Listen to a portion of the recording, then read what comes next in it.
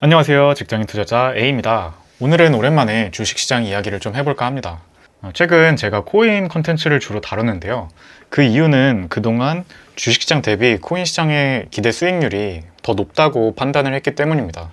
그런데 슬슬 금리 인상 이슈와 함께 주식시장에도 기존에 진입하지 않았던 사람들에게 매수 기회가 올 거라고 생각이 들어서 오늘 특별히 그 이야기를 좀 하려고 영상을 만들고 있고요.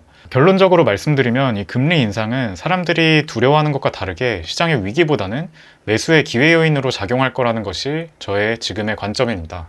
그렇게 생각하는 이유를 역대 S&P 500과 미국의 금리, 10년물 금리와 그리고 기준금리 차트를 보면서 예로 들어 말씀드려 볼게요. 일단 화면에 보이시는 이 캔들 차트가 S&P 500이고요. 기간은 1965년부터 현재까지 설정을 해봤습니다. 화면에 보이시는 이 주황색 라인이 바로 10년물 금리고요. 노란색이 미국의 기준금리입니다. 오늘 살펴보고자 하는 사례는 역대 미국 주식시장 역사상 과연 기준금리가 위기 이후에 한동안 저금리 상태로 유지되다가 다시 금리가 오르기 시작했을 때, 즉 올해 초, 약 3월로 예상되는 그러한 시기에 주식시장이 어떻게 반응했는지를 보는 겁니다. 결론적으로 말씀드리면 별일이 없었는데요. 보시면 1960년대, 약 1970, 71년쯤을 보면 이렇게 금리가 매우 낮았던 상황에서 오르기 시작했을 때 주식시장은 약 고점 대비 13.63% 하락했습니다. 이렇게 한동안 가다가 1970년대 이러한 위기가 있었고 금리는 다시 내려왔죠. 내려오다가 다시 금리를 올리기 시작했을 때 이때 주식시장이 반응을 하긴 했는데요. S&P 500 기준으로 고점 대비 약 19.72% 빠졌습니다. 자, 이 1980년대 중후반에도 마찬가지로 금리가 이렇게 낮아졌다가 오르기 시작했는데요. 이때 주식시장은 약 마이너스 9% 빠졌죠. 또 1993년에서 94년경 금리가 한동안 바닥을 기다가 처음으로 오르기 시작했을 때 주식시장은 약 마이너스 10% 정도 빠지는 모습으로 응답을 했습니다. 다음은 2000년대 중반인데요. 이때 IT 버블이 터지고 나서 한동안 금리가 매우 낮은 상태에 있었죠. 주식시장도 이렇게 한동안 침체를 겪었습니다. 하지만 이후 주식시장이 먼저 반등하기 시작했고 기준금리를 올리기 시작했을 때 반응을 보면 고점 대비 약 8% 빠졌죠. 다음은 2008년 금융위기 이후인데요. 이렇게 큰 위기를 겪고 다시 주식시장은 반등하기 시작했는데 금리는 한동안 바닥을 기다가 이때 오르기 시작했죠.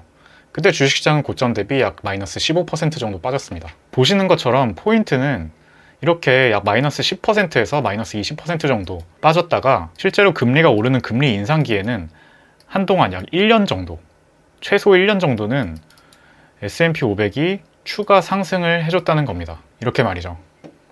그러니까 사람들이 지금 금리 인상기를 굉장히 두려워하고 시장이 어떻게 되면 어떡하지? 내 자산이 크게 떨어지는 거 아닌가? 라고 걱정을 하지만 실제로 지난 한 4에서 50년 정도 차트를 보면 금리가 바닥을 기다가 다시 상승하기 시작했을 때는 실제로는 시장에 큰 충격은 없었습니다. 왜 그럴까 생각을 해보면 여러 이유가 있겠지만 아무래도 이렇게 기준금리를 인상할 것은 시장에서 이미 예정된 미래였고 그런 만큼 그 이전부터 이미 주식시장이 횡보를 한다던가 조금씩 빠지고 있었기 때문이죠. 다른 말로 하면 이미 선반영이 많이 되었었기 때문입니다. 또 S&P 500이라는 이 지수 같은 경우엔 미국 경제 전체에서 상위 500개 기업을 다양하게 편입하고 있는 지수였기 때문에 금리 인상에 의해서 성장주들, 특히 실적이 없는 성장주들은 다소 하락하는 경향도 있었겠지만 반면에 가치주라든지 또 실적이 좋은 성장주 같은 경우엔 그만큼 주가 방어가 잘 되었었기 때문이기도 하겠죠. 여기서 한 가지 드리고 싶었던 말씀이 있는데요. 이렇게 시장이 급변하고 뭔가 큰 모멘텀이 바뀌는 상황에서는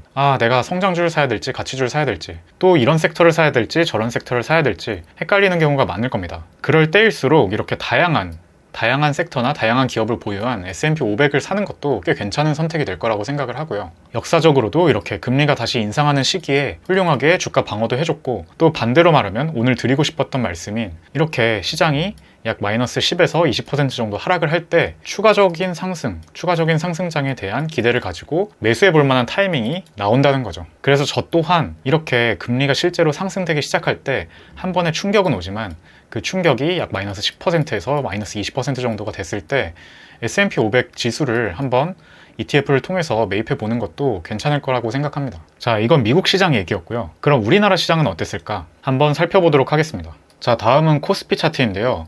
1980년부터 현재까지의 차트를 가져와 봤습니다. 마찬가지로 미국의 기준금리 그리고 10년물 국채금리 또 코스피 차트인데요. 결론적으로 말씀드리면 코스피는 금리 인상이 시작되는 시기에 상승을 하기도 했고 하락을 하기도 했습니다. 이렇게 파란색으로 표시한 부분이 상승했던 시기고요.